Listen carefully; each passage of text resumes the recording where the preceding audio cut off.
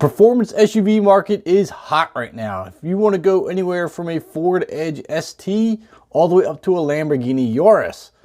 Now, Audi's going to throw their hat in the ring with a new line themselves, and it's looking pretty impressive.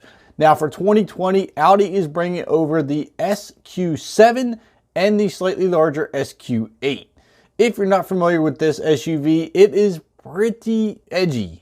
And I say that in a good way. It stands out more than a lot of the other SUVs. It's got harder lines, much more angularity. It just looks a little more futuristic, and it looks a little more in your face. Right away, you can tell it's an Audi with the huge grille. They just kind of beefed it up a little bit with the frame being a little bit thicker, which I think gives it a little bit more sporty look. But overall, it still looks like an Audi, but it looks very sporty as well.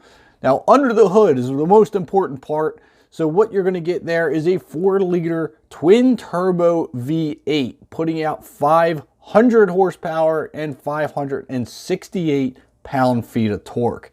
Now, as a result, you're going to get a 0 to 62 in 4.3 seconds. And the top speed that's electronically controlled to hit 155 miles an hour. Now, in typical Audi fashion, you're going to get that Quattro all-wheel drive system. Why wouldn't you? And this time we're going to get a little something extra in the form of all-wheel steering. The all-wheel steering says they can turn the rear tires in the opposite direction of the front tires, giving you much better low-speed maneuverability and handling, as well as they said it will help improve the stability at higher speeds as well. Now, as far as appearance is concerned, a couple things to note. The SQ7 will get standard 20-inch wheels with optional 21s, where the SQ8 will get standard 21s with optional 22-inch wheels.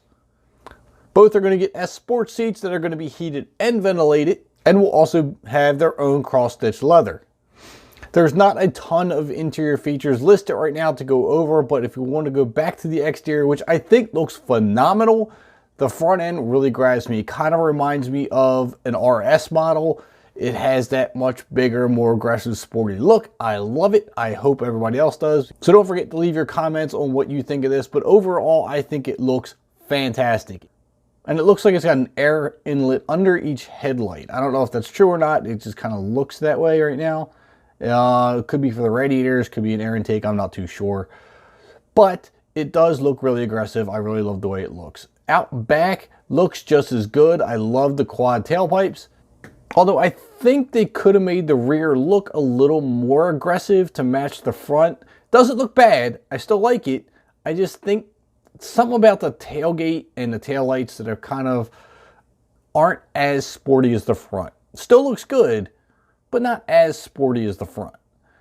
But overall, as far as a performance SUV, this thing looks great. It obviously has the power, and I'm not too sure that you can really go wrong with this as an option.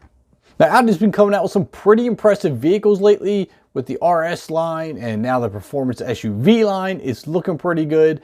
It sounds on paper to be a great performer. So if you want one, they are going up for sale as a 2020 model. So they will be out, I believe, in the spring. Starting price for the SQ7 is going to be $67,400, with price topping out at the SQ8 around $141,000. So if you're out for a performance SUV, it looks like Audi may have just made your choices a little bit harder. As always, drop your comments down below. Let me know what you think of the new SQ7 and SQ8. Now, for a little bit of mini news for today, it looks like Toyota is rebranding a lot of their cars. Now, we do know that the Toyota Supra came out and there was a GR model, and now they've came out with the GR Yaris.